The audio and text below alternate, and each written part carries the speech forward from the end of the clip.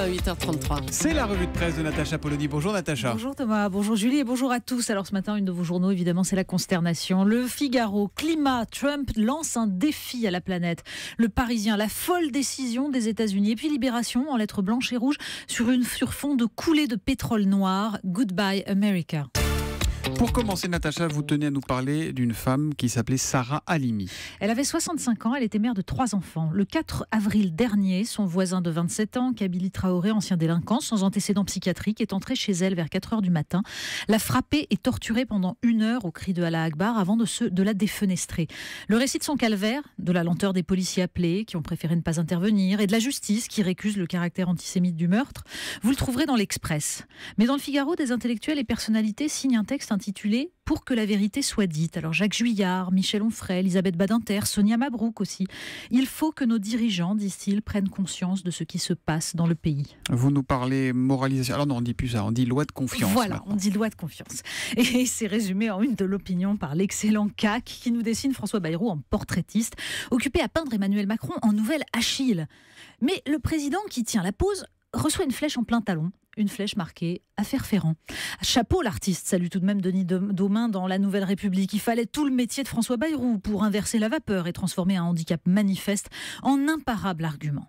Mais Xavier Brouet, dans Le Républicain Lorrain, y voit l'impression d'un sévère décalage entre le son et l'image. Alors cela dit, les éditorialistes saluent la réforme, même si dans l'Alsace, Yolande Baldeweg remarque qu'il manque par exemple un statut de l'élu, par exemple, qui aiderait aux allers-retours entre emploi privé et mandats électifs.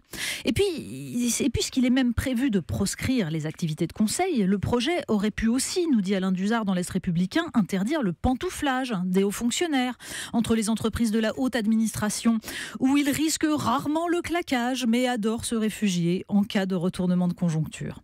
Alors cette loi, rappelle Nicolas Bétou dans l'Opinion, n'aurait quand même pas empêché l'affaire Ferrand. Elle n'empêcherait pas non plus un ministre du budget de menacer de dévoiler des secrets fiscaux pour faire taire un opposant. Dans Le Parisien, des proches de Gérald Darmanin plaident le message privé à humour corrosif. On parle du climat donc et de Donald Trump. Et oui, toute la presse évidemment s'émeut de la décision de Donald Trump. Le monde ne peut être pris en otage et condamné au suicide collectif par une poignée de gourous gagnés par le syndrome de la secte Waco, s'indigne Christian Lausson dans Libération. Il faut lire d'ailleurs un peu plus loin le reportage sur ces villes minières de Virginie qui ont voté Trump en rêvant d'un renouveau du charbon. Pourtant, nous dit l'article, les compétences d'un mineur dans la résolution de problèmes sont immenses, un potentiel pour une reconversion.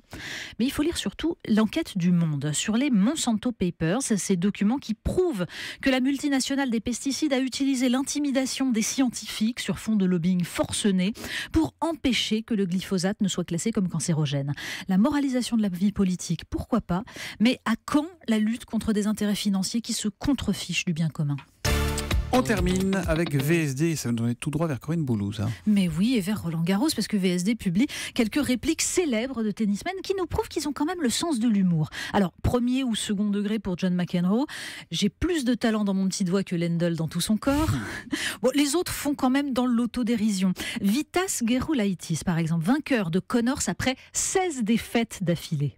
Que ça lui serve de leçon. Personne ne bat Vitas Gerulaitis 17 fois de suite. J'adore. Et Marat Safin, j'ai essayé de jouer intelligemment, ça m'a pas réussi, c'est pas mon jeu. En fait, ce qui manque à Donald Trump, c'est quand même l'humour. Il a peut-être été meilleur au tennis, mais ça, c'est un autre sujet. Merci beaucoup.